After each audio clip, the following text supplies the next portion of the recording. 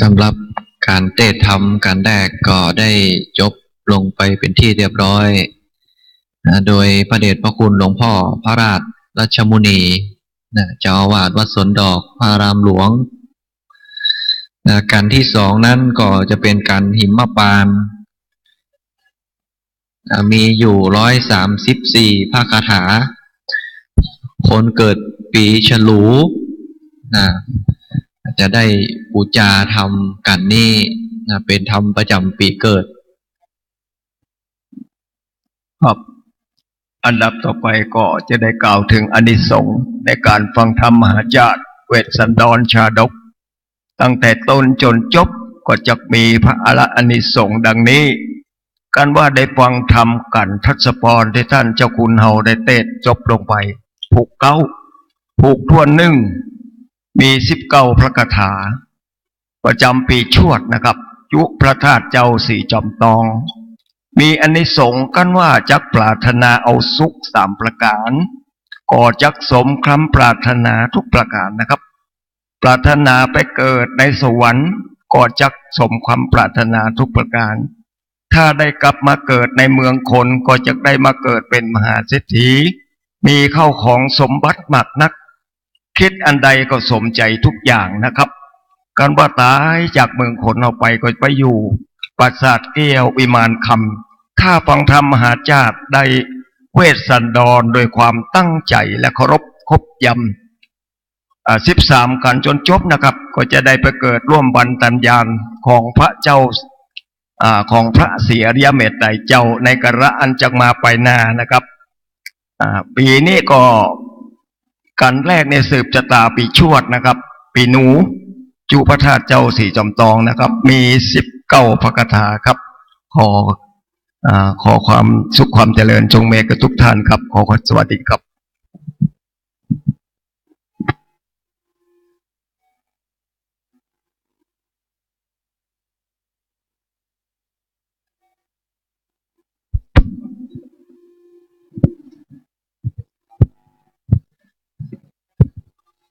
การที่สองนั้นเป็นการหิมพานต์องค์เทศท่านอาจารย์พระครูสาธรธรรมสิทธิ์ผู้ช่วยเจ้าอาวาสวัดสวนดอกพระรามหลวงจะได้เป็นองค์เทศนาซึ่งเป็นการที่ประจำปีเกิดของคนเกิดปีฉลู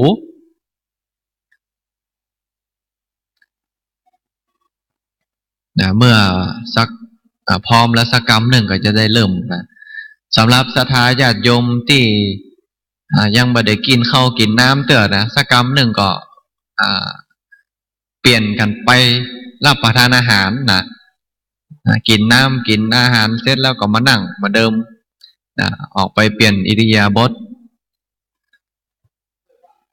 อันนี้จะมีอยู่134พระคาถาเขาจะจุดเตียนถึงหมด134เล่มกระเดียวจะได้เจิญท่านเจ้าภาพไปนั่งอยู่ในซุ้มจตาวันนี้ไม่ต้องห่วงนะกระเดียวเจ้าภาพลงทานเดี๋ยวคุณแม่มาริวันสกุลมุทิตาจะได้อำนวยความสะดวกวันนี้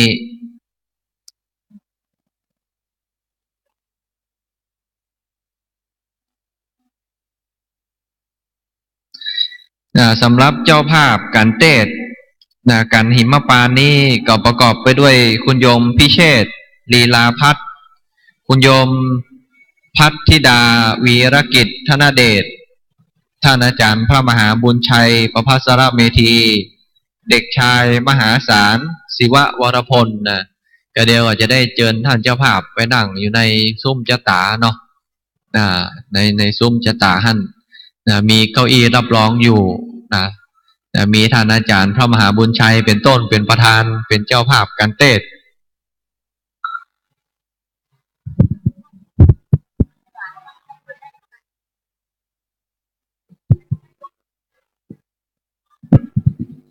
การที่สองนี้เดี๋ยวจะได้ขออันเชิญป้อนาน40,000นะได้เป็นพ่ออาจารย์อาราธนาในการที่สองป้อนาน40,000อันนี้เพิ่นเสียงดีนะมาจาก อ่าโรงพยาบาลมหาราชนครเชียงใหม่เป็นเจ้าหน้าที่อยู่ที่หั่นนะวันนี้ก็เสียสละเวลามาช่วยวัดสวนดอกเต็มที่นะวันนี้พ่อนาน40,000ก็เดี๋ยวเบิดมาตอนไปจะซอให้ฟังเรื่องเกี่ยวกับอานิสงส์ใครทำบุญอานิสงส์กันทศพรนี่จะมีอานิสงส์จะใดเพื่อจะซอให้ฟังเบิดนะอาตมาก็จะรอฟังอยู่นะฉะนั้นแล้ววันนี้ก็ในช่วงที่ป้อออกไม่ออกพักกินข้าวตอนนี่ป้อนานเพื่อจะซอหรอกตู้เจ้านี่ซอมาได้นะตู้เจ้าเต็ดได้อย่างเดียวเพื่อนมาคือซอฉะนั้นแล้ววันนี้อาตมานี่ฟังอย่างเดียวนะวันนี้ศรัทธาญาติโยมก็ท่านใดที่จะแลกสตางค์เนอะก็เจ้าหน้าที่จะได้เตรียมไว้สตางค์ใบซาวก็ได้ใบเหรียญบาทก็ได้ก็เดียวเราจะได้หอมให้หอมกันเป็นการเตดเป็นการเตดปูจาทำแล้วจะได้น้อมถวายองค์เตดมันมีแหมลายกันเยอะเนอะแม่เนอะฟังเอาไปปันใส่เถอะนะแหลกเห็นก่อนแหลกเป็นใบร้อยใบซาวบึดมันมีแหมหนักอยู่ที่เปิ้นมีลูกคอ10 จันก็มีนะฉะนั้นแล้วไปใส่มดเนอะใบปันฟังใส่เตื้ออาตมาแต่ว่าได้สกรรมนี่ก็ใบซาวฉะนั้นแล้วอันนี้ก็แลกไว้เนาะเหรียญ5เหรียญ10ก็ได้การทำบุญเธอทำเตือเล็กเตือน้อยหรอกเธอมีจิตเจตหอยตั้งบุญมันบ่เกี่ยวที่ว่าเฮาหอมเจ้าใดมันเกี่ยวที่ว่าเฮาหอมบ่หอมปุ่นดังนั้นแล้วก็แลกไว้ใบซาวก็ได้เหรียญ10ก็ได้ตะกี้ท่านอาจารย์พระมหาวานนี่หอมซาวก็หรอกมันจะแลกใบซาวไว้วันนี้ อาจารย์ว่าเดี๋ยวจะพูจาการเทศท่านอาจารย์พ่อครูสาธรแห่มซาวเดี๋ยวท่านอาจารย์พ่อครูปรีชาปริยัตยธรผู้ช่วยเจ้าวาดวัดสวนดอกเดี๋ยวจะหอมกันเทศละอันนี้ครูบาอาจารย์วันนี้มาพร้อมหน้าพร้อมตากันหมดวัดสวนดอกมีพระเดชพระคุณหลวงพ่อเป็นต้นเป็นประธานท่านอาจารย์พระมหาบุญชัยประภัสรเมธีอันนี้เป็นครูใหญ่เป็นอาจารย์ใหญ่เนอะยังไม่ได้บริจาคล่างเลยนะเป็นอาจารย์ใหญ่ละเป็นอาจารย์ใหญ่สอนบาลีสอนบาลีท่านก็ได้ปรริญญาธรรม8 ประโยคเมื่อคืนนี่ก็เตะคาถาพันไปศรัทธาญาติโยมสลบสไลไปเลยนะแต่คืนนี้เหมือนโดนฝน5 แก้วตกลงมาฟังเทศ2 ชั่วโมงปลายคนเฒ่าญาติโยมบางท่านก็อดแต่บรรลุไปไหนเลยอาตมาถามว่าอีแม่ยังบรรลุไปไหนอีแม่ลูกบ่ได้ขาเป็นเน็บหรอกเป็นว่าลูกบ่ได้วันนี้ก็จะต้องยาวไปเลยยาวไปจนถึงประมาณ2-3 ทุ่มเดี๋ยวเขาก็จะได้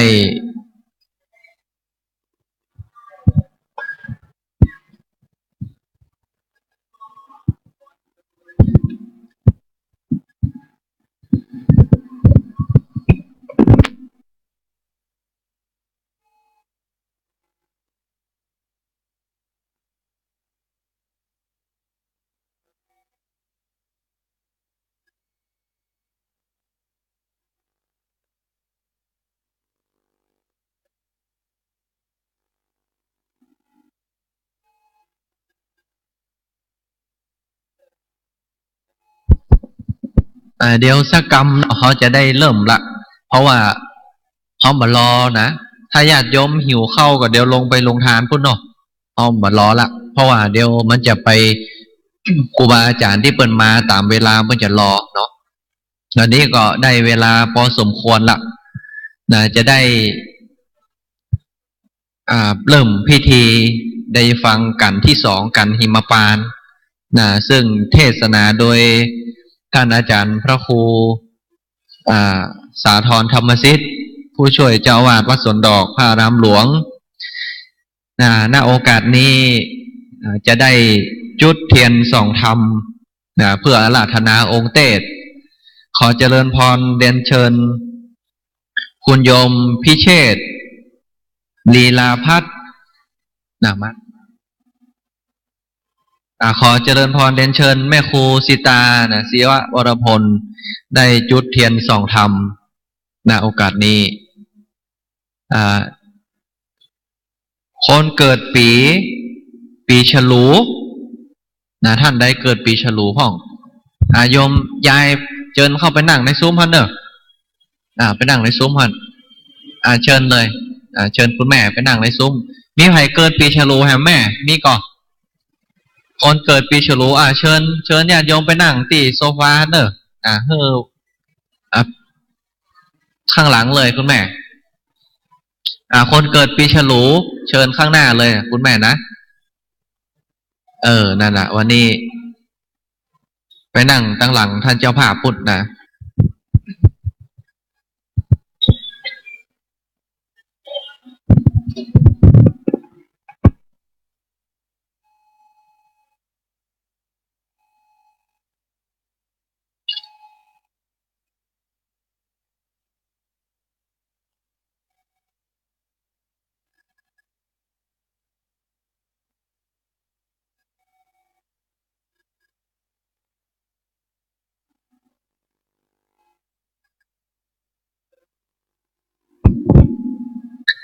กันนี้เป็นกันหิมปานมีอยู่134พระคาถาคนเกิดปีฉลูเป็นธรรมประจำปีเกิดคนเกิดปีฉลูหรือปีเป้าปีเป้าอันนี้ก็เป็นธรรมประจำปีเกิดกระเดียวพ่ออาจารย์พ่อนาน40,000จะได้อาราธนาธรรมในกันนี้หลังจากที่ท่านอาจารย์พระครูสาธรธรรมสิทธิ์ได้ขึ้นนั่งธรรมาสน์เป็นที่เรียบร้อย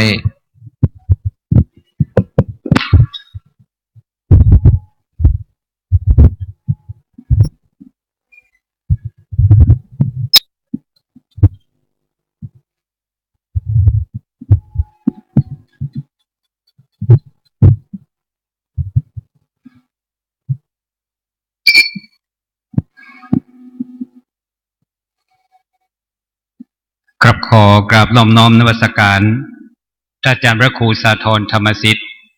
ผู้ช่วยเจ้าวาดวัดสวนดอกพระอารามหลวงพระมหาเถรานุเถระทุกรูปที่เคารพอย่างยิ่งท่านผู้มีเกียรติครับวันนี้เป็นวัน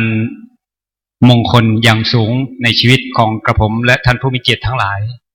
เพราะว่าเราทั้งหลายจะได้มาสดับรับฟังพระธรรมเทศนาเป็นพันคาถาในโอกาสเดียววันเดียวซึ่งในโอกาสอย่างอี้บัจจะมีบ่อยครั้งเป็นโอกาสเฉพาะกิจ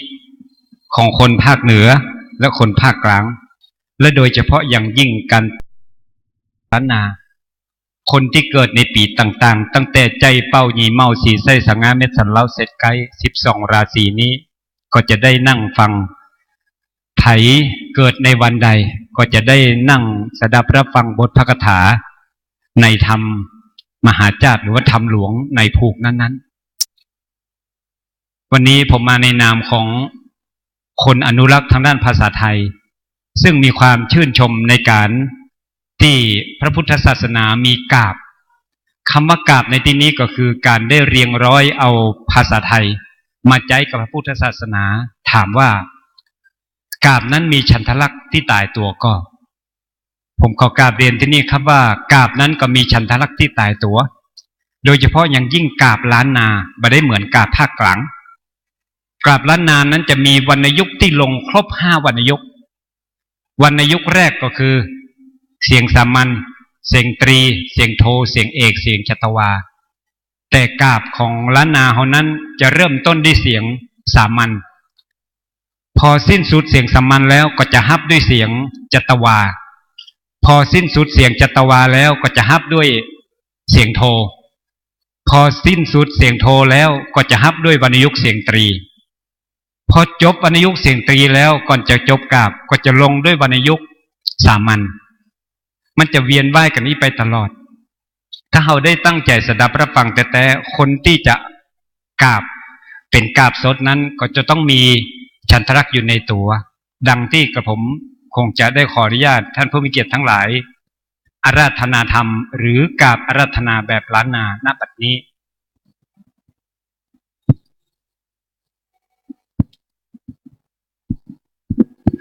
ขอยกมือสิบมานี้นมัสการใบสา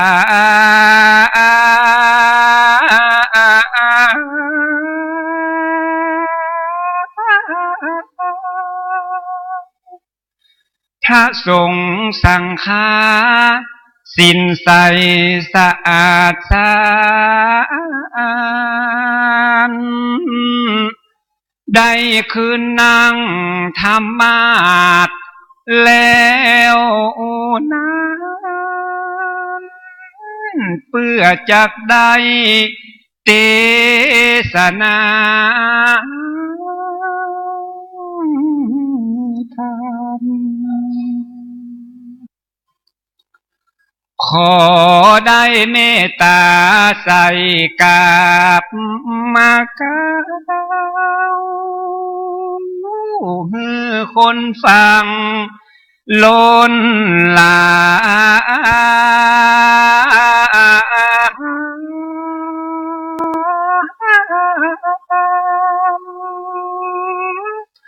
ใน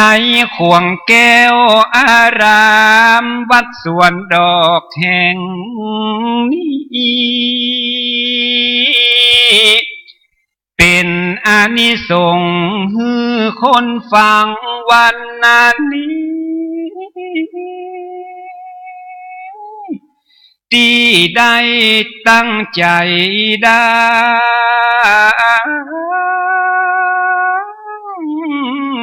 ฟัง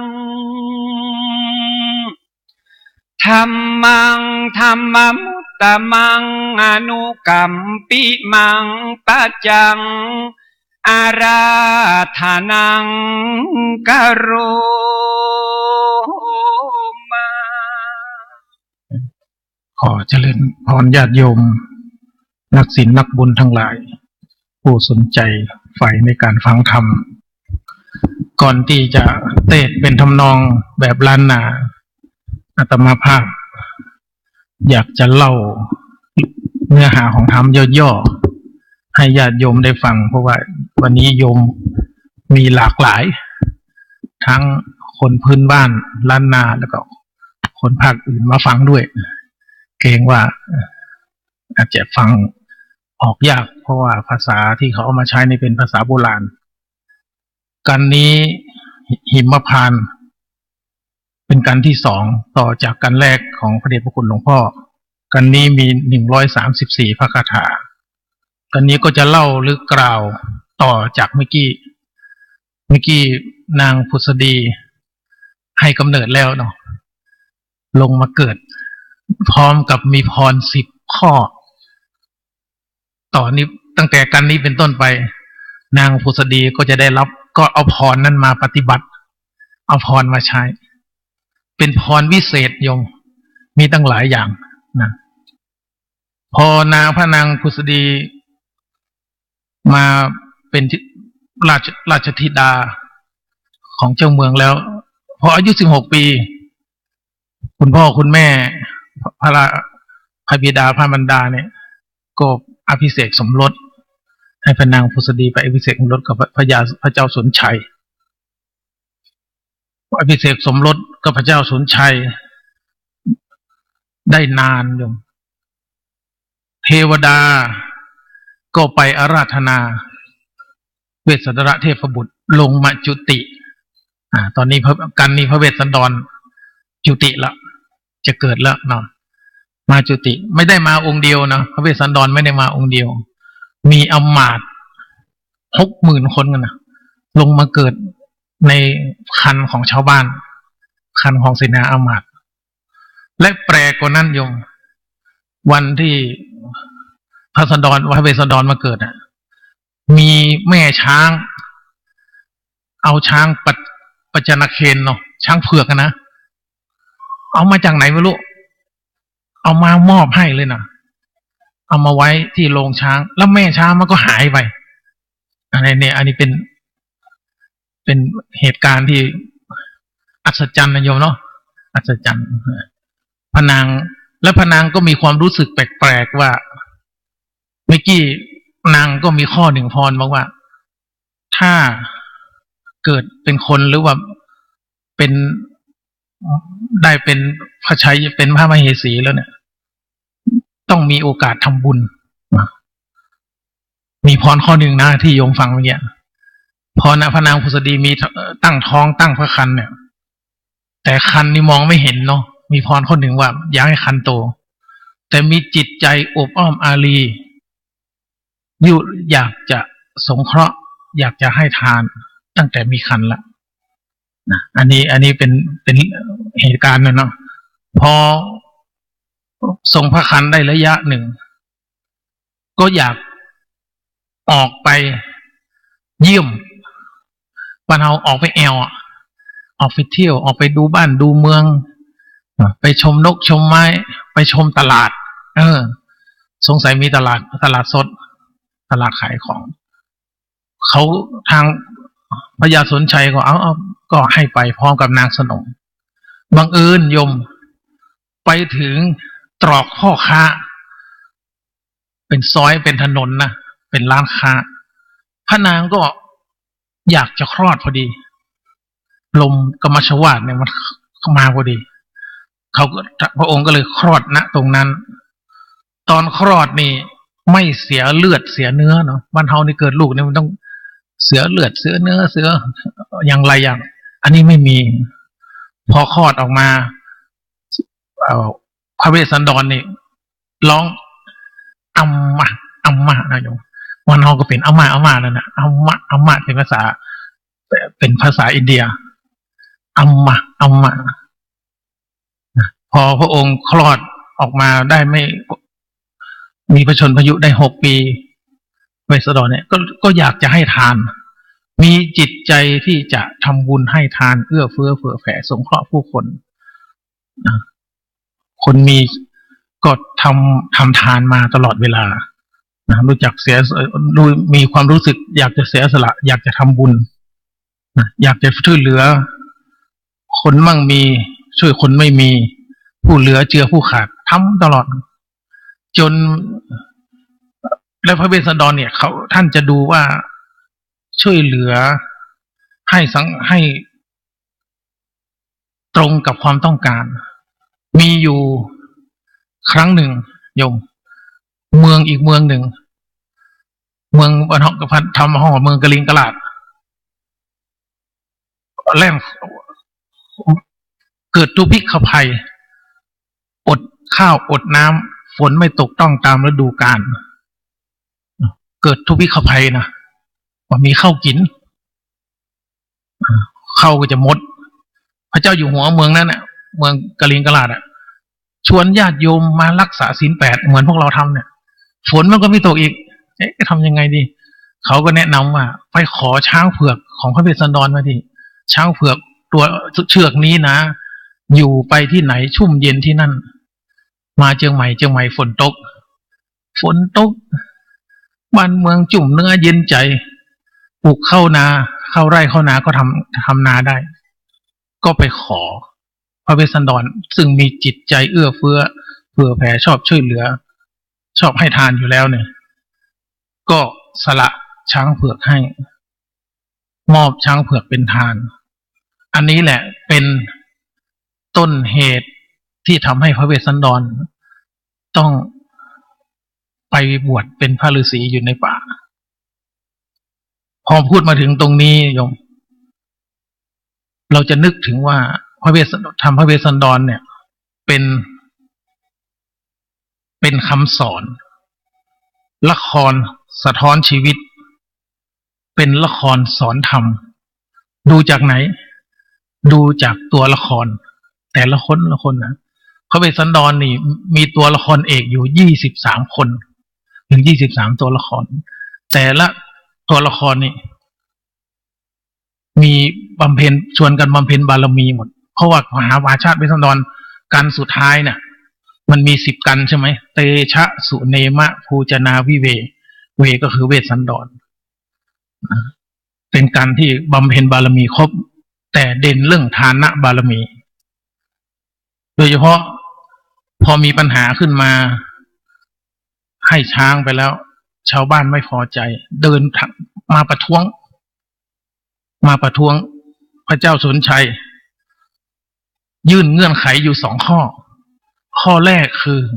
ให้ประหารชีวิตพระเวสสันดรหรือเนรเทศออกจากเมืองพระเจ้าสนชัยนะเราฆ่าลูกเราไม่ได้หรอกขอรับข้อที่2แล้วกันจะเนรเทศออกไปอยู่ป่าก็เลยใช้พระเจ้าสนชัยก็เลยเนรเทศพระเจ้าสนชัยนี่เป็นแบบอย่างของนักปกครองประชาธิปไตยคือฟังคนอื่นฟังข้อเรียกร้องฟังข้อเสนอรู้จักผ่อนผันผ่อนสั้นผ่อนยาวทำให้สถานการณ์กดดันของชาวบ้านชาวเมืองคลี่คลายไปได้และไม่แข็งขืนคือถ้าพระเจ้าสนชัยแข็งขืนมายอมไหมนะก็เป็นภาวะหน้าสิวหน้าขวานท่านไม่แข็งขืนยอมรับมติมหาชนและไม่เห็นกว่าแก่พวกพ้องแม้จะเป็นบุตรของตัวเองก็ขอทำอันนี้ตัวละครนะโยมตัวละครมีหลายคนนะมีหลายตัวละครพระเวสสันดรเป็นผู้เสียสละประโยชน์ส่วนตัวเพื่อประโยชน์ส่วนรวมบำบัดทุกข์บำรุงสุขดุจในหลวงช่วยพระสงฆ์นิกรถ้าโยมฟังโยมก็จะเห็นว่าตัวละครแต่ละตัวอันนี้เนี่ยและพระนางมัตสีซึ่งจะได้มาไปเสกสมรสพระเวสสันดรเนี่ยเป็นแบบอย่างของภรรยาที่จงรักภักดีหนักแน่นจงรักภักดีหนักแน่นอันนี้เป็นตัวอย่างเพราะฉะนั้นอาตมาภาพก็เล่าคร่าวๆเนาะพอพระเวสสันดรถูกชาวบ้านขอร้องมาบอกให้คุณพ่อให้ออกจากเมืองพระองค์ก็เสด็จออกจากเมืองไปลาพระมัตสีเนาะไปบอกว่านางมัตสีพี่จะไปอยู่ป่านะน้องไม่ต้องไปน้องดูแลลูกกันหาชาลีอยู่ที่นี่ดูแลคุณพ่อคุณแม่มัตสีไม่ยอมอินเดียเนี่ยการเป็นม่ายเนี่ยม่ายสามีหรือม่ายภรรยาเนี่ยถือว่าเป็นเรื่องใหญ่ชาวบ้านรับไม่ได้ชาวบ้านจะว่าเอาเพราะว่าน้องจะขอไปด้วยขึ้นเขาลงห้วยน้องก็จะตุยไปว่างั้นนะรักกันจริงนะน้องรักกันจริงจงรักภักดีจงรักหนักแน่นไม่หวั่นไหวอยู่ที่นี่แหละไม่จะไปด้วย ก็ในที่สุดก็ไปด้วยกันไปใช้ชีวิตที่เขาวงกฏเป็นเวลา9 เดือนทำนี้ก็จะไปถึงการมหาราชกันนครกันเพราะฉะนั้นก็เล่าให้โยมฟังเนาะมาทำนี้ก็จะถึงตรงเนี้ยทำมหาพิมพานนะพอให้ช่างเผือกเป็นทานแล้วก็ถูกชาวบ้านยื่นเงื่อนไข2 ข้อ 1ให้ประหารชีวิตให้คุณพ่อประหารชีวิต2ให้เนรเทศออกจากเมืองคุณพ่อไม่กล้าทำลายลูกเพราะรักลูกจึงขอใช้เงื่อนไขที่2คือให้เสด็จออกจากเมืองไปอยู่ที่เขาวงกฏไปบำเพ็ญเพียรอยู่ที่นั่นพระองค์พระเวสสันดรก็ไม่ได้เกลียดนะเพราะว่าไม่ได้ขืนคนแต่ขืนความเราทำความไม่ดีเราก็ต้องรับเราไม่เกลียดคนที่มาว่าให้เราไม่ชังไม่เกลียดไม่ชังชาวบ้านที่มายื่นเงื่อนไขสมัยโบราณนี่ยื่นเงื่อนไขด้วยการเดินเท้าประท้วงไงโยมเราเรียกง่ายๆว่าบาทาธิปไตยเอาเท้าเป็นใหญ่ที่บ้านเรานี่ประชาธิปไตยของเขานี่บาทาธิปไตยอาศัยเท้าเป็นใหญ่ก็ขับไล่พระเวสสันดรก็ออกเพื่อถือว่าเป็นกรรมเพราะฉะนั้นอาตมาภาพก็จะเทศไปพอสมควรแก่เวลาต้องออกตัวกันว่าอาตมาไม่ได้ฝึกเรื่องแหล่หรือกับเก้ากับฝ่ายเหมือนพออาจารย์เพิ่นนิมนต์จะเทศเป็นธรรมดาเนอะว่าได้ฝึกตั้งแต่น้อยๆว่าได้ฝึกใส่กาบนะขอเทศธรรมดาขอญาติโยมทั้งหลายได้ตั้งใจฟังกันแล้วกันเด้อ นะโมตัสสะภะคะวะโตอะระหะโตสัมมาสัมพุทธัสสะอิติสาวะเรคาเหตวาตะโตจุตามัทะรัญโยอัคคามะเอสิญากุญชิมหินิพัตติลำดับธรรมเทศนามารอดส่วนนางแก้วยอดพุทธดีกันรับปอนดีเมียนแล้วจากตาว่าตนแก้วอินตาก่อไก่กาบ่จ้าจุติจากฟ้าเมืองโบนเอาปฏิสนกำเนิดในต้องนางผู้ผาเสดเตวีแห่งเต้าปุรีมัทราชทวนทัศมาศ10 เดือนนางบุญเรื่องยอดซอยก็พาสูตรลูกก็หน่อยบุตรีมีรูปงามดีหลายหลากมีกินตนหอมมามากเหลือหลายเป็นดังพาพายาลูกมาไหลอบมาตากาใส่จวนจันกินหอมมาหวานจืนจอยเต้ายอดซอยปิตาตั้งบันดาแม่เจ้าจริงใส่ชื่อหนอเนาบุตรีว่าพุทธดีแว่นฟ้าบ่เนื่นจ้าเหิงนานวัยการคืนใหญ่อายุไข่16 ปีได้เป็นเตวีร่วมคางแห่งเจ้าจ้างซื่อสันใจเต้ามีใจจ่องหอย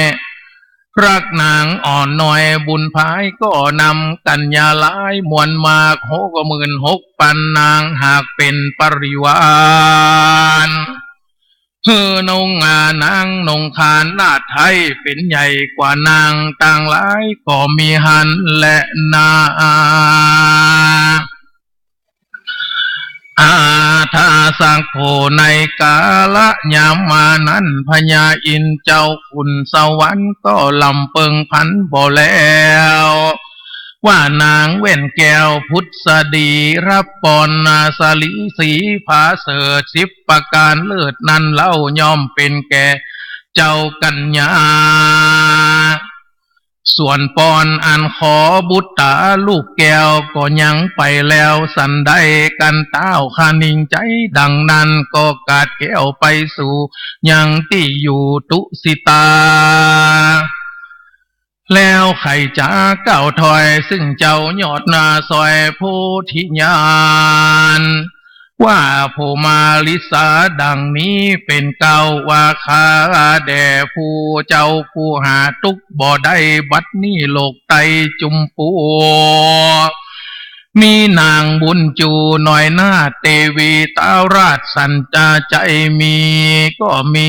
ใจไข่ใดซึ่งรุกงาไทยแตนเมืองได้รุ่งเรืองสืบต่อกวันเจ้าน้อยหน่อหยดนาโยดลงไปโพดศรัทธาได้ตรัสพญาเลวปานกันขุนสวรรค์กล่าวแล้วก็อากาศแกล้วขึ้นสู่ในที่อยู่เวใจภาษาทอันนาเป็นทิพย์อาจแห่งตนก็มีหันและนาเมื่อนั้นมหาสัตว์เจ้าตนองค์อาจกันรับมากรรมอาราธนาแห่งอินตาเมียนแล้วก็กาดแก้วพายาพันจากสวรรค์เตดตองลงสู่ห้องเมืองคนเอาปฏิสนกำเนิดในต้องนางพาเสดพุทธดีส่วนเทวบุตรมีหลายหลาก60,000 ตนหากจอมมากันก่อภัยพันก้อยกาดจากภาษาทเวใจยนลงสู่เมืองคนโลกใต้พร้อมนาควายกันมาเอากำเนิดในต้องภาลิญาอามาตย์บ่เว้นขาด60,000 ตนจะแล ในเมื่อมหาสัจเจ้าลงมาเกิดในต้องนางผู้ผาเสดพุทธดีอันความผาธนามีไฟอ่างอันนางมักไข่สร้างอวยตานนางมีใจบานบ่แล้วได้ไข่สร้างศาลาแก้วเป็นตาลหกหลังคือตีแต่ประตูเวียงตั้งสี่ก็มีแลเมื่อนั้นเต้าสันใจต้นองค์อาจก็เหือพรามณะจาดหมอว่าตวายมาตำนายบอกเหตุจีแจ้งเจตไขการพามณาจารย์ผู้เฒ่าก็กลมเก้าวันตาว่าดาคาแด่มหาลาจะเจ้าอันว่านางนอเนาพุทธดีทารงคับมามีต้องใหญ่ลอยมีสัตว์ตัวหนึ่งใส่วิเศษบ่ใจสัตตาประเภทสามานนางจิ้งไข่หือตันจะใจต้นเต้าไทยสั่นใจได้ยินพามมาไขบอกกล่าวมีใจจืนเย้าเจยบานจิ้งมีราชองค์การโพธนาเก้าสร้างสาราเล่าเรียงรายโดยปริยายดังกล่าวแล้วนั่นแหละอันว่านางพุทธดีคับพามีต้องใหญ่ทวน10 เดือนไข้บัวระมวนก็มีใจไข่แอวเวียงแก้วปุรีจิ้งไขวาตีบอกกล่าวฮือตั้นเต้าพวกควันเต้าหอจันต้นองค์อาจก็ฮืออามาตตั้งตาผดับผดาเวียงแก้วคืองามเลิศแล้วดังจันนาฟ้าแล้วนางนอลาพุทธดีก็ทารงรถใสสีผาเสดมีโยทาเลิศแวดนาล้อมเห็นแห่หอมเป็นปริวารโดยราชญาณวิเศษเพื่อดูเหตุเวียงใจเมื่อนางไปรอดต่าง4 เซนจัวจอดสุมมากันเป็นอันเป็นต่างพันปอกาลมกรรมชวาดกลาอันแรงก็มาแฝงนางนาดตนเต้าราชสันใจ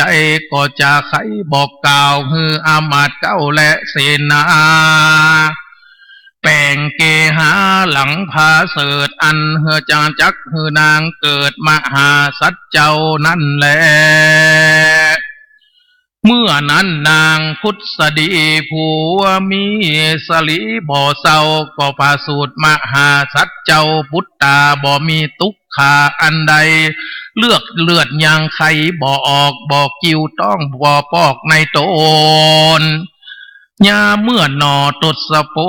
นต้นพันแผ่วออกจากต้องแม่แก้วเทวีก็มีตนบริสุทธิ์ดีวิเศษเจ้า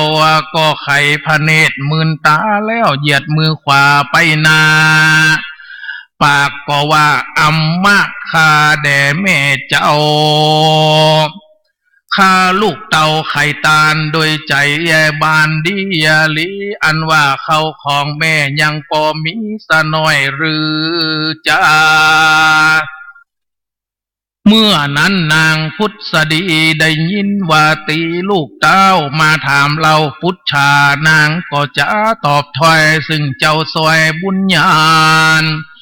ว่าลูกจงฮือตานอย่าขาดนางแล้วนางน้อยนาถพุทธดีก็เอาถุงคำมีกาใหญ่วางไว้ที่ไกบุตตาแล้วนางก็จะแถมเล่าว่าอันสัมปติเรานั้นมีมากเจ้าลูกจุงบริจาคเตตานสร้างสมปานแผ่กว้างแด่เตอทัดแต่นั้นไปบ่จ้าตนเจ้าฟ้าปิตาตั้งมารดาหนอวนาวาพี่น้องเผ่าวงใหญ่ต่างพร้อมใจมาสู่ในที่อยู่ลงกันเพื่อจักใส่จือปันหนอพระเจ้าก็เอานิมิตเก้าเป็นเหตุอันเจ้าเกิดที่เขตมักกะอันคนไปมาเตียวไตจริงใส่ชื่อว่าเวสสันดรว่าอันหันแล ในวันหนอโปติญาณมาเกิดก็มีจ้างตัวผาเสือจ้างแม่ตัวจ้างมีแม่จ้างตัวผาเสือสีขาวมาแต่กลางหาวอากาศนำลูกจ้างตัวองค์อาจงาสวงมางาสู่ติโรงจ้างเต้าปุรีแล้วแม่จ้างตัวงามดีผ่องแผ้วก็รวดกากาดแก้วหายไปเสนาในอามาจริงใส่จื้อจ้างตัวข้าอาจข่าวใสว่าจ้างปัจจนาเคนว่าอันก็มีแลนาอันว่าต่อตนเต้าพญาสันใจหากรักษาลูกใส่ใจยอดซอยก็หาแม่นมมาบ่อน้อย64 คนมาจะป่ามาจำเลอปั๊มมาเลินหนอทศพลลูกเต่าอันว่าหนอว่าพระเจ้าตีไว้ก็จำเลินใหญ่เจยบ้านด้วยปริวาร60,000 คนแวดล้อมตนไปมาหนอพุทธาบุญใหญ่กันอายุไข4 ขวบเขาก็มีใจบ่ว่าเศร้าไข่เตตานยังเครื่องอลังการนุ่งยองเจ้าก็ปลดไปล่อออกจากห้องตนตัวยกย่อตาลหือแม่แง่นมจุคนบอกขาดที่นั่นเขาก็บอกเต้าราดสันใจเต้าก็ไขเก่าถอยว่ากันเจ้าหยอดซอยเตตาลเจอสู้จุ้งมีใจบานผ่องแผ้วรับเอาของตาหน้าลูกแก้วตามใจเมื่อเขาหลับมาตานไปเสียงควายไปลุ้นก็ถวายคืนใหม่หนอพระเจ้าคืนเป็นดังเก่าเดิมอ่อนพระเวสสันดรก็บ่รับเอาและนาเมื่อมหาสัตว์เจ้าที่ไวอายุใด8 ปีนางนอยังนอนนาดีในภาษาเจ้าก็กึดคนิ่งขวาดในใจว่าของใดไปนอกกูก็จกออกตานไปยังมีแต่ของไปไหนนั่นใส่ยังบ่หอนใดเตตานแม่นคนใดมาขอขันขอแล้วจักมีใจผ่องแผ้วยินดีจักหือตานมีจุสิ่งบ่คอนขิงอันใดสุดแต่หัวใจเลือดหน้าใสบ่เว้นไว้สักอ่านข้าจักฟันถือแทกเอาจินแยกเตตานแถมประการหนึ่งเรา2 ตาเราเต้ามีอยู่จักควักสู่เตตานแม่นผู้ใดใครได้ข้าเจ้าเอาเป็นงาข้าใจทาสีจักยินดีบ่จาจักจอมมากกว่าไปตัวและนาเมื่อมหาสัตว์เจ้าบุญเลิงกึดลำเปิงนั่นใสอันจักไข่ตานไว้นาแผ่นดินนักโสดทวน240,000 โยชนะคันนาก็บังเกิดไว้วันฟ้าลองลั่นนันเนืองสายฟ้าแม่เรืองบ่ขาดฝนตกหยาดเลือลายน้ำสมุทรกายความเขือกยั่วเยือกตีฟองไหลหลังนองเต็มฝั่งไหลละหลังไปมาพระอินทร์เจ้าฟ้าตนเจือจมมาชื่นนาสาธุการเกิดนาบันดาลข้างขึ้นตั้งแต่ปืนถึงพรหมก็มีวันนั้นแลนากันมหาสัตว์เจ้าจำเริญขึ้นใหญ่อายุควาย16 ปีเจ้ามีปัญญาดีวิเศษจบไตรเพศนา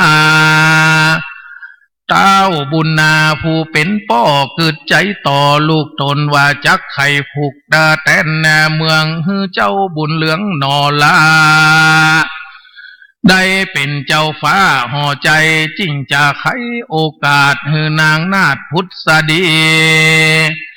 ก็ไปขอนางมัทถีหนอลาลูกเจ้าฟ้ามัทราชราชามาเป็นจัญญาเตรียมบาทแห่งเจ้าเวสสันตรราชราชา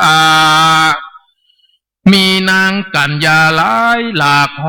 26,000 นางหากแวดล้อมเห็นแห่หอมเป็นปริวารแล้วก็อภิเษกลูกแก้วบุตตาเสวยพาลาเจตุตระนกรพระเวสสันดรเต้าไทยใจหากมักไฟเตตานก็หือเงินคำปริจาควันละ100,000 หากเป็นตานไปบ่เมินนานเต้าใดแต่เรานางหน่อเนามัดทีก็พาสูตรได้ลูกบุญมีหยอดซอยงามเป่งปอยเป็นใจจิ้งใส่จือไม้บ่อเศร้าว่าเจ้าหน่อเนาจาลีรักขนาดีองค์อาจกันเจ้าน้อยนาดขึ้นใหญ่พ่อย่างใดไปมาต้นมันดาแม่เจ้าก็พาสูตรหน่อเนาบุตรีรูปงามดีใจจ้าจุงไฟฟ้าวงศาปาดกันมาแวดนาไกลแล้วใส่จือหนอไทยสายสีเป็นดีไปนาว่านางหนอลากันหาจินาว่าอันก็มีหันและนาอันว่ามหาสัจเจ้าเวสสันดรย่อมขี่จ้างปอนเผือกแก้วงามเลิศแล้วไข่ขาวาใสจากห่อใจไปสู่ยังที่อยู่กว้านตาลโดยใจบ้านจมจืนปีติตื่นยินดีเดือนและ6 ตีบ่ขาดก็มีหันและนาตาทาคากาลิงกะรัตเททุปาพุทธิตาอะโหสีในกาละเมื่อนั้นเมืองกาลิงคาราชฟ้าฝนขาดแห้งแล้งฝนบ่ตกงาแทงหลายปีเจ้าปุลีหนุ่มเทาอดอยากเข้าอาหารใจจนนาใจผ่านถอยไรมีพับไข่นันเนืองจุมเจ้าเมืองหนุ่มเทาบอกก็ปาไปจ่าเล่าเก่าไข่กำบอกเต้าห่อคำหยดอาจตนเต้าราดรู้ข่าวจริงจะลาเก่าปันไม้ว่าดูลาตั้นตังหลายมวลหมู่ทาข้าหักกึดอยู่ตั้งวานว่าจักไข่หือฝนนาพันหยดนาย้อยหยาดนาตกบ่อขาดลงมาฝนพ้อยบ่อหันย้อยหยาดต้นเต้าราดห่อจันอกเป็นควันร้อนไหมจิ้งบอกไพร่ไตยิงใจว่าดูลาตันตังหลายมวลหมู่อันพร้อมนาอยู่ใหญ่เรารักษาศีลใสบ่ขาดฝนก็บ่หยาดลงงามาสันใดนั่นจาจักงาฮือฝนนาหาใหญ่ตกลงในเขตของแผ่นลาฮือเข้ากาเจยบานมีอาหารน้ำเข้าเหมือนดังเก่าเดิมอ่อนเจ้าปุริยาน้อยใหญ่ก็น้อมไว้ตุนสาว่าคาแด่มหาราชเจ้าตนกาคาดังกำคนเล่าลือมายังมีพระญาหยดยาวจือตันเต้าเวสสันดรอยู่ในเจตุตรนครแก้วกว้างลูกเจ้าจ้างสันใจย่อมมีใจจกจ่ายบ่อิ่มนายตั้งตานมีจังสารผาเสดลักษณะเลิศข่าวใสไปตี้ตังใดบ่กราดฝนตกหยาดลงมากวันลาจาเป็นเจ้าฮือพรามหนุ่มเทาผู้องค์อาจจบฉลาดโดยโวหารไปขอจ้างสารเผือกแก้วกันได้แล้วมาสู่ในที่อยู่เวียงใจฮือฝนสาใสย้อยหยาดฮือปัจจานาราชเย็นใจกวนนะจะเรนาเมื่อนั้นพญากลิงกาลาดก็ได้ใจอมาตนาจะ ผามานาจาดไปขอทวน8 คนปออ่านใดภาพนั่นก็รูปว่าไรโดยฝุ่นโมฟงฝงมุกหมุนทุรีเป็นดังยาจกมีมวลหมู่ก็เข้าไปสู่กวนตาลก็มีแลแอนนายามนั้นมหาสัจเจ้าต้นผ่องแผ้วทะลงจ้างแก้วปัจจัยเสด็จก้าไกลไปสู่ในที่อยู่กวนตาลหนสถานวันออกเล็งแหลพอพับขอกศาลาพามนั่นนาอยู่หนนานั่นนาใส่ลวดบ่ได้ขอตาลซึ่งจางสารพญาเจ้าก็ปากันเขาซึ่งจางสารพญาเจ้าก็ปากันเข้าไปสู่ยังที่อยู่ประตูหนไตพร้อมนางาไข่ขอดางาขอก็มีหันและนาในเมื่อพระมหาสัจเจ้าตนทรงญาณอยู่หนสถานวันออกขอไปตุกขอกปาตุกปายบ่หันคนยิ่งใจมวนหมู่เขามาสู่ขอตานเจ้าจริงค่ายไปสู่หนไตเพื่อจะคือใดต้านไปยามนั่นพามจังไรตั้ง8ยกมือแขวดดาขอเข้าปรีบเขาบริร้อเนินจ้า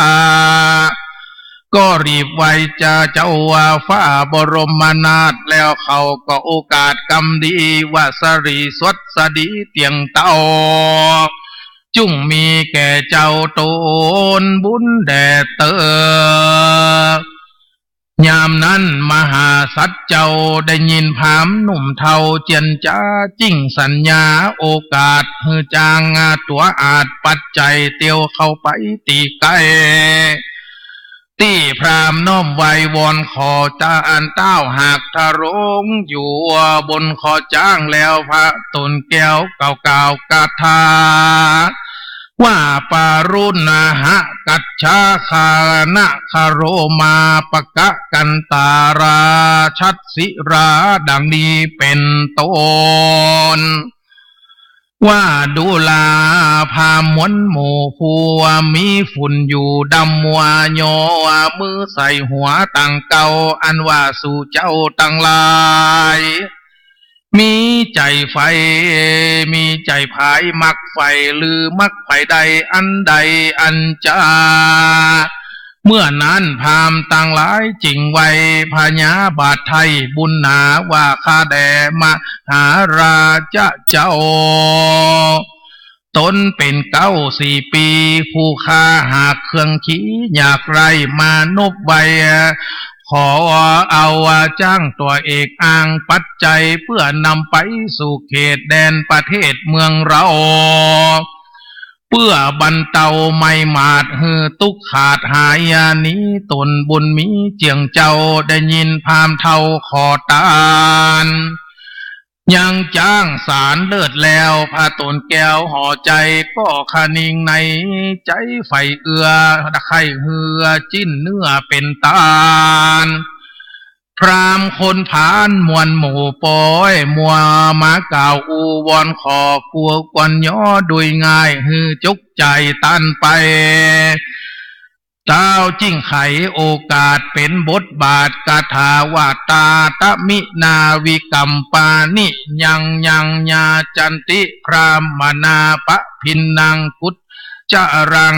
ทัตตังปูญาปะคุยหาอากุจจาดมังดังนี้เป็นต้น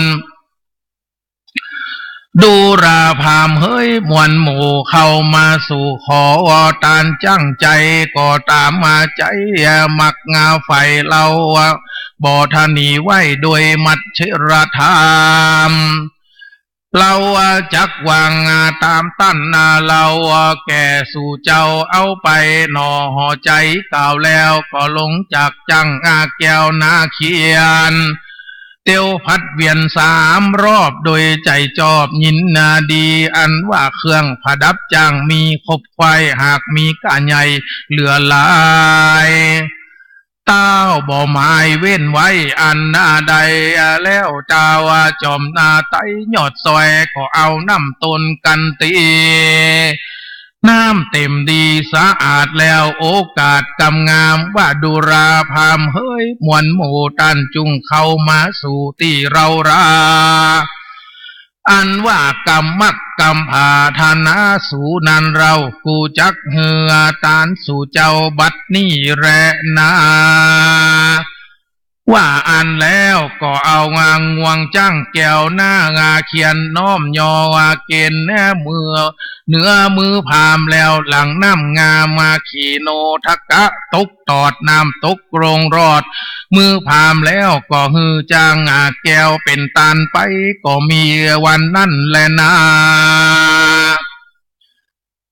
อันว่าเครื่องผดับจ้างตั้งมวลนับก้ากากวนบ่อใดตนเต้าไทยก็สละตานด้วยใจบานชื่นจอยเต้าก็กล่าวถอยบาทคาถาว่าอิตังตานังว่าตานอันนี้ยิ่งพาเสดแต่แลก็มีวันนั่นแลตะมาทังปะกาเสนโตสัทธาอาหะสัทธาอันว่าสัพปัญญูพระพุทธเจ้าตนเป็นปิ่นเก่าติโลกาจารย์ไขนิทานไปแจงพระจิงแสงเตสนาว่าตัตตาสิยังกิ่งสานาสักกังตัตตาสิโลมาหังสนังดังนี้เป็นต้นภิกขเวดุลาภิกขุตั้งหลายตนเป็นสายอริยาเจ้ามีศีลบ่เศร้าข่าวใสในเมื่อจ้างปัจจัยตัวอาจอันพระเวสสันดรแต่ว่าอันพระเวสสันตรราชหือเป็นตาลแผ่นดินดานไว้กองฟ้ารั่นร้องนันเนืองเจ้าจุ่มเมืองเยือกยาวพับตัวดาวปุรี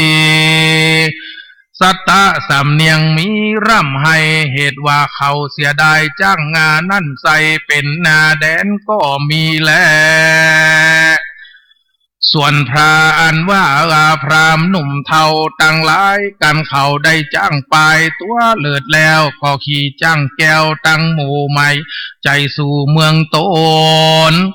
ความโกราหนอันใหญ่เกิดมีไข่ปุรีเจ้า4 ปีมวลหมู่ก็หลังไหลลูตัวไป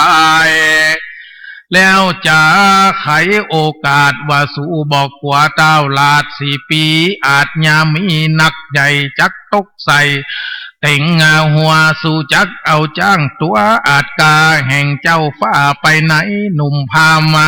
ก็จะคำไขตอบถอยว่าอันนี้เจ้าหยอดซอยเมืองสูมีใจหมู่ตูแผ่กว้างได้ฮือจ้างเป็นตาลพรามเขาหากจำหานตอบตาแล้วขี่จ้างกาปัจจัยออกจากเวียงใจกราภาคเจ้าเมืองหากพอเสียได้ก็มีวันนั้นแหละนะเมื่อนั้นเจ้า4 ปีน้อยใหญ่พับเสียงไข้หัวเมืองต่างงานนั้นเนืองสะสาวร้องเอินเป่าหาการย้อนเข่าหันยางจ้างตัวเอกอ้างปัจจัยอันพามนำไปกาพากออกไปสู่ออกไปจากปุรีเขาเครื่องขี่โหดห้าวยิ่งจริงไปไว้เต้าสันใจว่าข้าแด่เต้าจอมไทยปิ่นเกลาตนเป็นเก้าลาจาบัดนี้นาไฟไตเขาโหดไม่เครื่องขี่ย้อนเจ้าปุรีเวสสันตรราชได้ฮือจ้างตัวอาจปัจจัยตามมาฮือตานฮือพามจังไรนั่นเล่าเมืองเต้าเจ้าบุญพายจักวัมวายมวยม้างไฟฟ้าอ่างโกธาย้อนบุตตาหนอเนาหากเป็นเก่ากะทำการสิ่งอันควรตานมีมากก็ควรบริจาคกันไปอันว่าจ้างปัจจัยเพื่อแก้วบอกควรแล้วจักตาน ดูลาเต้าผู้บานยศใหญ่แต่ก่อนไทยนานมาเมืองเราราสุขมากข้าวน้ำหากเหลือกินจารถดินบ่อหย่อนดูดีจุบ่อนอาณาก็ย้อนบุญญาจ้างแก้วผาเสดแล้วปัจจัยต่อนี้ไปนาบ่มีจ้างกาตัวดีฝนย่อมหนีแห้งแล้งบ่ตกแทงยาวนานควันผู้บานเจ้าฟ้าคาลูกลาเวทสันดรฮือเมื่อมอนมวยมางจะแลนาแม่นว่าตนลาจาเต้าไทยบ่ว่าตาบอดบ่ว่าตามไพ่ขาไตไข่ปันเจ้าเขาจักปากกันตั้งหมู่ไหลหลังลูมาเป็นศึกนามาภาพกำหอกดาบมาจูเต้าจุงฮือกึดนาดูทวนทีฮือแม่นตีตามกองแล้วขานิ่งป้องฮือใดขาลูกไทยบัดเดียวแดเตอต่างสุดตัวเมื่อนั้นตาวสันใจก็ตาบกำมาตอบกำไปโอกาสว่าแม่นเมืองจักวินาศวำวายเราบ่หมายคาใดยังลูกไทยเราราอันว่าบุตตาเรานีศรัทธากี้เจยบาน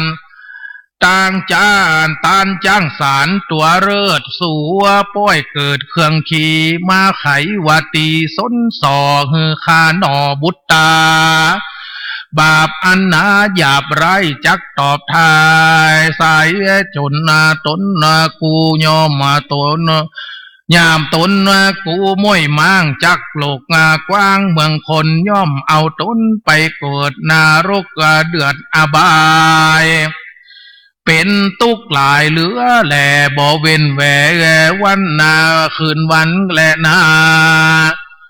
เมื่อนั้นเจ้าปุรีหนุ่มเทาฟังเจ้าว่าเจ้าจำใครเขามีใจไม่มาดว่าก็โอกาสทุนสาว่าพี่และเต้าบอกว่าหนาใจกายังข้ายังลูกลาชื่อเวทสันดรคือเมื่อหมอนกลาภาคก็ฮือไล่ออกไล่หนีออกจากเวียงใจไปอยู่ดงไฟป่ากว้างแดนป่าจางเสือมีควันจะแรนาเมื่อนั้นตาวสั่นใจฟังกำไปคำไขบอกกล่าวแห่งคนเท่าจัวเมืองเขาว่าฮือขับบุญเลื้องลูกเต้าไปอยู่โดป่าดงลีเต้าผู้มีสันใจยะลาดก็โอกาสปันไม้ว่าดูลาตันตังลายเฮ้ยมวลหมู่ดังกำสู่อูจากไขเราจักกะตามใจสู่เจ้าวันพุกนี้เจ้ายามง่ายก็จักฮือบุญพายลูกลาไปอยู่ป่าดงลีเจ้า4 ปีหนุ่มเทาฟังเต้าเจ้าจำใครต่างมีใจจื่นยาวเฮาร้องเศร้าเนืองนานแล้วปากันตั้งหมู่ปิกปอกสู่เรือนตนก็มีวันนั้นแหละนาเมื่อนั้นเต้าสนใจผู้เป็นพ่อเอ็นดูลูกน้อยหนอจอมควันอันจักได้พันไปสู่ในแก้วกู้ดงนาเต้าจริงจ่าโอกาสใจอามาตนักการไปทุนสารเก่าบอกลูกรู้เก่าตามลายอันว่านายนักการผู้ฉลาดฟังเต้าราชไขจาก็รีบไกกาไปสู่ยังที่อยู่เวทสันตราราชแล้วโอกาสไขกามว่าข้าแด่เต้าห่อคำปิ่นเก่าผู้เป็นเต้าเจ้าวาไตอันว่าเต้าสันใจเจ้าฟ้าใจฮือคามาทูลสาว่าบัดนี้นาไผ่ไตเขาโคดไม่เลือกการเหตุเจ้าตานจังสารตัวองค์อาจจักกาขับเต้าราชบุญมีคือไปจากปุรีแต่เราวันในวันพุกเจ้าเป็นหมายและนา อันว่ามหาสัจเจ้ากาฟังกำบอกเราแห่งในนักการมีใจบานชื่นจ้อยบ่ตอบถอยเจียนจาก็ตอบถอยเจียนจ้าว่าดูลานายนักการผู้ใหญ่เรานี่มักไฟแวมานานอันการฮือตานฟ้าเสดยามเมื่อเราเกิดมาหัวตีเราก็ยินดีบ่ยอไข่สร้างก่อเตตานอันว่าคำตาลมามิ่งคำอันว่าคำนาคารมามิ่งแลแก้วแหวนสิ่งไปนอกเราก็จักออกตานไปยิ่งยังแต่ของไปไหนปอดใส่จิ้นเนี่ยจิ้นเนื้อควายหูตาหากมีคนมาจี้บอกจักกระจกออกเป็นตาลอันว่าจ้างสารตัวเลิศย้อมมาเกิดกรรมสมปานเล่าใดตานไปแล้วโดยใจผ่องแผ้วยินดีเจ้าสี่ปีตัวดาวป้อยโคดหาวโกธาปากันมาเข็นคาแม่นว่าเราจักผลักงานาเป็นผีก็จักนี้เว้นจากสาละภาคตังละภาคตังตานและนาอันว่านายนาการผู้เท่าเตวดาเจ้าหากโดนใจฮือจะไขกล่าวบอกอย่างต้านตาวาตาด่านดาวหนนาต่างไปสู่ดงฟางป่าไม้ก็ย่อมือเอาไว้กล่าวคาถาว่าเอวันตังสีวิกาโยอาหะเนกมาจาสมากาตาดังนี้เป็นต้นดูรามหาลาจาเจ้าตนเป็นเก้าปุลีเจ้าสี่ปีในนอกเล่าจีบอกกันมาว่ายังมีพระญาเมื่อก่อนเจ้าว่าเมืองจูบอนปุรีกล่าวว่าดาวบอดีขับไรยอมเรียบฝั่งน้ำใหญ่จื่อกนติมาลาไปสู่ดอยผาป่ากวางมีชื่ออ่างวงกฏกีรีขอตนบุญมีเต้าไทยเรียบตามน้ำใหญ่ตัวไปและนาเมื่อนั้นมหาสัจเจ้าเวสสันตราราชก็โอกาสจากขานว่าดูลาไหนนักการผู้ใหญ่เราจักไต่ตามต่างดันดงขวางป่าเศร้าตามดังตันเหล่าไขแยมานั่นแลนามหาสัจเจ้าเวสสันตราราชก็โอกาสเป็นกาถาว่าโสหังเตนากมิตรสามิเยนะกัสสสีดูลาตันอามาตพญาเต้าลาดพิษปเวณีต้านขับนี้กลาภาคหือนี้จากเวียงใจเราบ่ด่าไผกา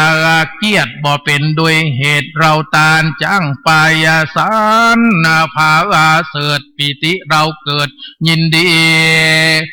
เราจักหือตานมีสุดซอยอันอย่างละ700เป็นตราเจ้าปาลามวลหมู่จึงจุงหืออยู่หือเราอยู่เตตานยังเข้าของเจียงคานผูกเจ้าหรือว่ารอดวันฮือเล่าว่าเราจักไปจะแลนา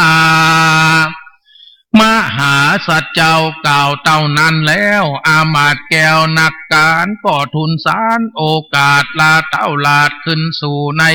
ที่อยู่แห่งตนก็มีหันและนาเมื่อนั้นมหาสัจเจ้าเวสสันตราราชก็ฮืออามาตย์ต่างตาลีบต่างดาจุสิ่งอันจักเป็นมหาทานยิ่งลาการ้อยอย่าฮือกาดก้อยอันใดคือจ้างใจมาอาจตั้งรถราชสีวิกายขาหญิงใจน้อยใหญ่และอันละ700ควายจุอันอ่านจีนป่ามันปิงจีพร้อมตัวจุวตีนำมาแดเตอกันว่ามหาสัจเจ้ากล่าวเต่านั้นแล้วก็เข้าไปหานางมัททีก็จากำดีบอกเราว่าดูลานางหนอว่าเจ้าเฮ้ย เจ้าว่าปี้อันว่าเขาของตี้เรามีอันใดดีบ่เลือกตั้งเขาเปลือกเขาสารเงินคำคานแสนสิ่งจังมามิ่งว่าควายเขาของหลายเหลือแหล่อันใดแต่พ่อแม่มานั่งจุงดาฝังเอาไว้เอาไว้ใจกับตนนะไปหน้าแดดเตอเมื่อนั้นนางลาจะมาทีผู้ชราชก็โอจาโอกาสขี่ญาว่าข้าแด่มหาราชเจ้าอันว่าเขาของหนองเนาป้อมีจังจักเอาฝังที่ไหนดีนั่นเราบอกเฮือใดเป่าเสียศูนย์นั่นจ้ามหาสัตว์เจ้าก็บอกนางหนอเนาจ้ายาก็กล่าวกาถาวาศิระวันเตสุทัตเชหิดังนี้ว่าดูลานางมัทเทเข้าของนางมีหมากดอยจุงแปลงใจจื่นจ้อยเจยบานยกยอตานก้มมาเกาตานแก่เจ้าผู้มีสินดังอาจินบ่ขาดตานานั่นเหล่าบ่ละลาดสุนนาหายจักเป็นกุลพาเสดปางเกิดสวัสดีนางละจะมาทีฟังแล้วมีใจผ่องแผ้วเจยบานก็สาธุกันกลมเก่าไว้เต้าเจ้าสามีกากล่าวกาถาวาสาธุแล้วว่าอันหันแลเมื่อนั้นพญาเวสสันตรราชจักโอกาสจาสอนยังสลีบังอ่อนยอดซอยจิ่งเหือกล่าวถอยเป็นกาถาว่าพุทธเตสุมัทธีขเยสีญัตนาสุญาดังนี้ลัวดูลามาจาลาจะมาทีน้อยนาดนางจุงอินดูลูกลาดสองอาคาคือเจ้าจาลีและกันหาหนอเนากับต่างพ่อแม่เจ้าสายใจอันหนึ่งมีใจใดรักใครมักใจไฟเป็นผัวนางจุงปัดผัวอุปถากอย่าละภาคหนีไกลอย่าได้มองใจสักเตื้อและนานางเฮยเมื่อนั้นนางลาจะมาทีน้อยนาดได้ยินเต้าราดผัวควันมาไข่ปันเก่าอูนางก็คนิ่งอยู่ในใจว่าเต้าห่อใจยดยาวบอกเกยกล่าวกำบอดีนางราชมาทีหยอดซอยกึดขาคอยสังกาจินตุนสาถามมาข่าวว่าข้าแดดตันเต้าห่อใจมีสิ่งใดนั่นเล่าเต้าป้อยเล่าสิ่งดังนี้นั่นจ้าที่นั้นพญาเวสสันตรราชก็ตอบนางแก้วอาจมัททีว่าดูลาสายสีเฮ้ยน้องลาไต่ลุ่มฟ้าบ่มีไหนเจ้าสี่ปีในและนอกขับไหลฮือปี้ออกเวียงใจภาคเมืองไปอยู่ป่าวันผูกนี่จักกว่าดงดานจักฮือมหาตานอันยิ่งต่างเข้าของและสิ่งและ700บ่ฮือกาดก้อยอันใดดูรานางใส่ใจน้องแก้ววันผูกนี้แล้วว่าปีตนนาเดียวจักเดินดงเขียวดันป่าเนื้อรายราไปมาชีวิตอัตตาลำบากย้อนได้ภาคปุรีบ่ได้หันเตวีและลูกเต้ากับตั้งสองพ่อแม่เหี่ยวว่าจักตายแต่ที่ในดงและนานางมาทีจิ้งกล่าวว่าซึ่งตานนาเต้าผัวตนว่าข้าแด่พระตสปนเจ้าพี่กรรมอันนี้หากบ่จำเริญใจหากเจ็บแสบในแก่ข้าเหตุพระเจ้าฟ้าละลูกเมียตนเข้าสู่ภัยสนป่าใหญ่แม่นจักแม่มันบ่ใจพระเพณีเต้าจากนี้ไปนาไปอยู่ป่าแดนใดน้องจักขอไปอยู่ไกลจอมพระบาทไทยสามีกาแม่นอยู่ดงนาลำบากได้ตุยากเหลือหลาย หรือได้ถึงตายมวยม้างจอมเจ้าจ้างผัวควันดีกว่าอยู่หอจาจันสุขมากกำนินทาหากทองทมป้าหัวใจขมกลางต่ำก้อยการฆ่าน้อยมัดทีวิบากมีแต่ก่อนมาไล่ตอนตัวตันจักลาพันคาได้ฝากงานาสามีกาตาสาคาใจสุ่มไปไว้กองใหญ่คาจักเขาตกใส่กองไฟตายไปมวยม้างคนเล่าอ่างเหมือนนานอ่านว่าจางสารเผือกแก้วสอดลาแอวดงรีแม่จ้างตัวดีในเถื่อนยอมเป็นเปื้อนสันได้ก็อุปไมยดังคาป้าลูกลาสองสีเข้าดงรีป่าไม้จอมเต้าไทยพวกวันไปสู่ดงตันป่าเศร้าปั้มเลินตาเจ้าตนบุญและนาการนางลาจะมาทีกล่าวแล้วนางนกแก้วจริงพันนาป่าหิมมาปานโดยประการดังใดหันมาจริงกล่าวกาถาว่าอิเมกุมาเรปะสันโตมุนจักเกดังนี้เป็นต้นว่าข้าแด่มหาราชเจ้าข้าน้องเนามัดทีจักป่าสองสลีลูกไทยเตียวเข้าป่าไม้ตุยไปอยู่ดงไพรจอมพาบาทในอาวาสหิมมาวันเต้าจักหันลูกน้อยจ้าเก่าถอยเสียงใส่ป่ากันไปสอดลาเก็บดอกไม้ป่าทัดทะรงจ้าเต้าจักหันสององค์ฟ้อนเล่นวิทวิ่งเต้นไกศาลาเต้าได้หันบุตรตาหนอเนาเตียงหายโศกเศร้ามองใจอยู่ดงไผ่ปากกวางใจดาจักได้หันจ้างเผือกแก้วลาสอดนาแอวดงรี60 ปีขวบเขาจริงแก่เท่ารวยราเตี้ยวไปมาไหนป่าไม้สองซอร้องเส้นใสคาสะเขียนนาดังนกเขียนรำร้องสนานกองดงดอนจักหันกินนรีรอนมวนโมราเล่นอยู่ตานามอันมีจื่อพร่ำว่าปัญจมารีกันใดหันนาตีหลายแหล่ไหลมาแต่จอมกันไก่จ้อยวอยกดโกงไปตามลงดงนาจักหันสกุณานอร้องกองนกเขาทองเหลียวลาแหลวลานกปาดาท้องไปไก่ป่า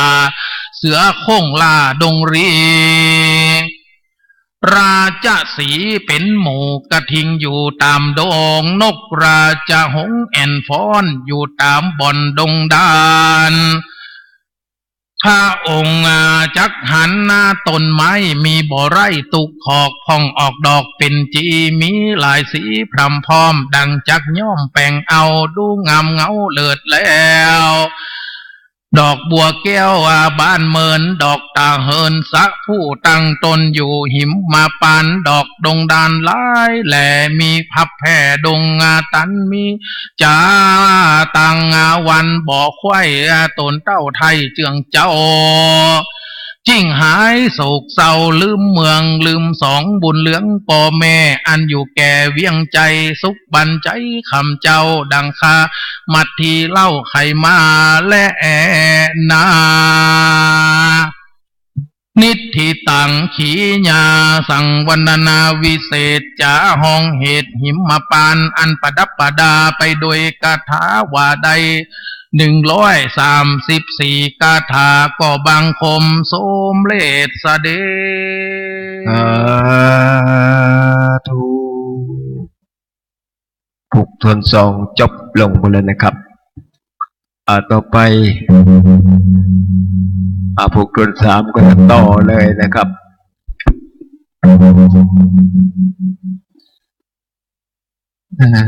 การแสดงพระธรรมเทศนาการหิมพานต์ จบเป็นที่เรียบร้อยแล้วมี134พระคาถาจะเมินไปหน่อยเนาะคนเกิดปีฉลู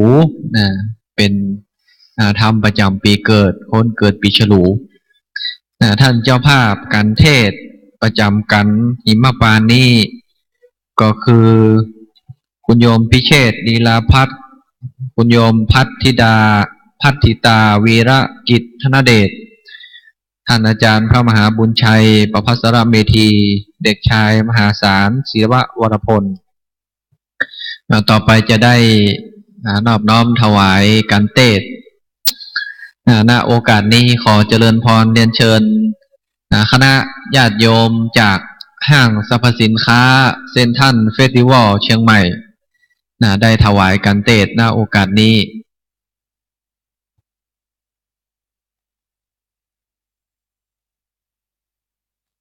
โดยการนำของคุณโยมอรชรจันทร์วิวัฒนา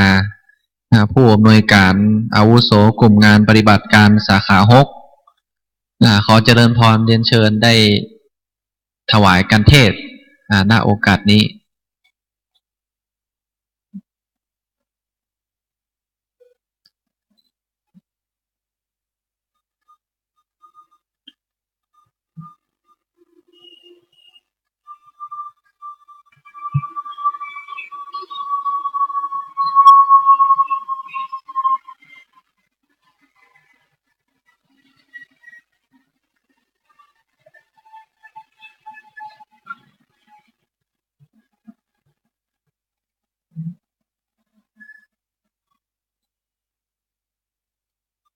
ซึ่ง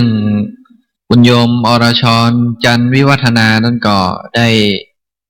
ร่วมบุญกับวัดสวนดอก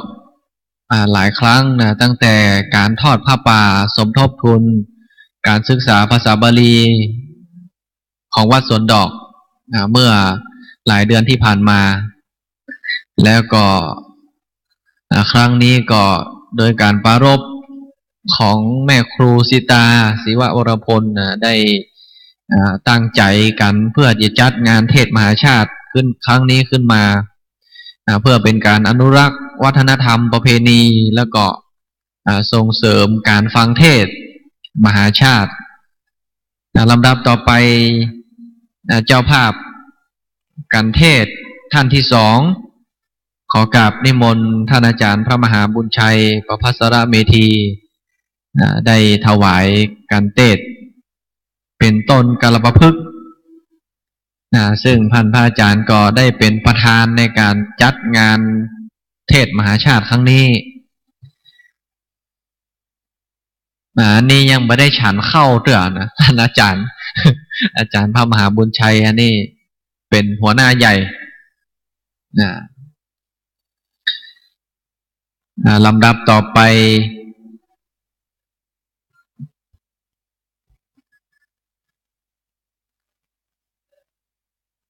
เป็นการถวายต้นปาริชาติ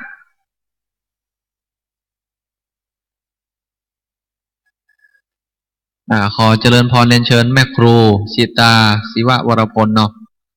ได้ถวายต้นดอกปาริชาติต้นดอกเหล่านี้นี่มันจะอยู่บนสวรรค์บนญาติโยมต้นดอกกัลปพฤกษ์ต้นดอกปาริชาติเนี่ยอยู่บนสวรรค์ต่อไปเชิญญาติโยมเตรียมกรวดน้ำฮับปอนจากหลวงพ่อพระครูสาธรธรรมสิทธิ์มอบของที่ระลึกก่อนเนาะเชิญคุณโยมอรชรจันทร์วิวัฒนาได้รับของที่ระลึกจากวัดสวนดอกส่วนญาติโยมที่มาร่วมงานอาตมาเตรียมภาพพระเจ้าเก้าตื้อไว้ด้านหน้านะเดี๋ยวก็มาหยิบคนละ1 แผ่นแล้วก็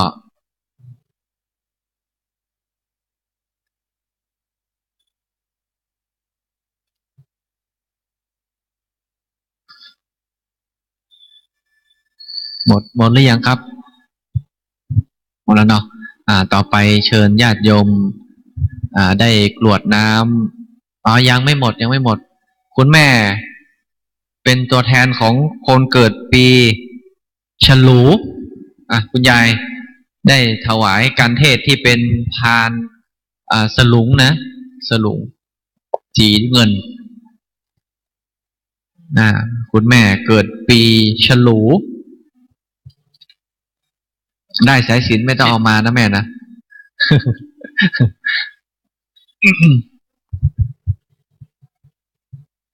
แม่เป็นญาติโยมที่มาที่วัดสวนดอกเป็นประจำนะ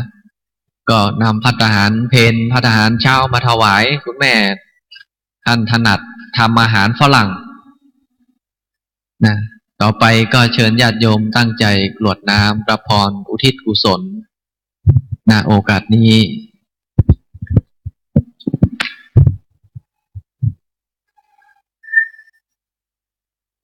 ยะถาวาริวหาปุราปริปุเรนติสาครังเอวะเมวะอิโตทินังเปตานังอุปกัปปติอิชิตังปฏิตังตุมหังคิปะเมวะสมิจจตุสเพปุเรนตุสังกปปาจันโทปนรสโสยะถามณิโชติละโสยะถาเอวังหตุสัพพสัมปติชามิอิทังโวมัทุบุภาลาจาทานังธรรมเทศนาทานังอภิสาอาสาทลนะโลกิญะโลกุตละสัพพสัมปตินังยวะอรหันตาอรหันติมัคคัญญานังตินังนิพพานะปัจจโยโหตุโนนิจังเอวังโหตุเดละอาจารย์ในวันนี้มหาเป็นวีรินทิธีอันวิเศษเหตุว่าเป็นประเพณีตั้งธรรมหลวงฟังเทศมหาชาติของวัดสวนดอกมาจุมาจอดมาหลอดมาถึงตึงตันยังเจ้าสมณะศรัทธาและมูลศรัทธาตันทั้งหลายบ่ได้ละเสียยังเหตุบ่ได้ละเสียทำนองกองสัพพุริสกองประเพณีกองอันดีของสัพพุริสะทั้งหลายที่พ่อแม่ครูบาอาจารย์ได้กระทำแต่ตอนประยุทธ์ประยนต์มาพรเจ้าศรัทธาได้ปากันตกแต่งพร้อมน้อมนำมายังธรรมเทศนาอันกันจึงอันกันที่สองจิวะหิมปานบทบาตนตัวอาราธนาแห่งตนตัวอัตมะในมาเทศนาบัดนี้การเทศนาก็ปริปุณนางจบไปแล้วก็พึงแล้วยังกรรมกัมภาธนาที่สันทั้งหลายได้ตกแต่งพร้อมน้อมนำมายังจตุปัจจัยทายทานอันมีพระมารตอนนี้มาทะปนาถวายเป็นด้านก็ขอบุญกุศลเหล่านี้ที่ท่านได้กระทำบำเพ็ญมาแล้วจงเป็นอุปกรรมโมอุปกตุอุปนิสัยเป็นปัจจัยกำจูดนตัวด้านทั้งหลายในภาเวณภาวะนี้และภาวะอาจจะมาเป็นนาตลอดถึงอมตะมหานิลปานนั้นจุงจักมีเตียงแต่เดลีสปีติโยวิวัจจันตุสปะโลโกวินัสตุมาเตภวัตตนตาลโยสุขีทิคายุโกภวะอภิวาทนาสีลิสานิจังวุธาปจายโนจัตตารโรธรรมาวัฏันติอายุวันโนสุขังพลังอุติสะตานังนิพพานังปาระมังสุขังสาธุอานิสงส์หิมปานมี134พระคาถาจุธาตุเจ้าพระราชหลวงลำปางนะครับ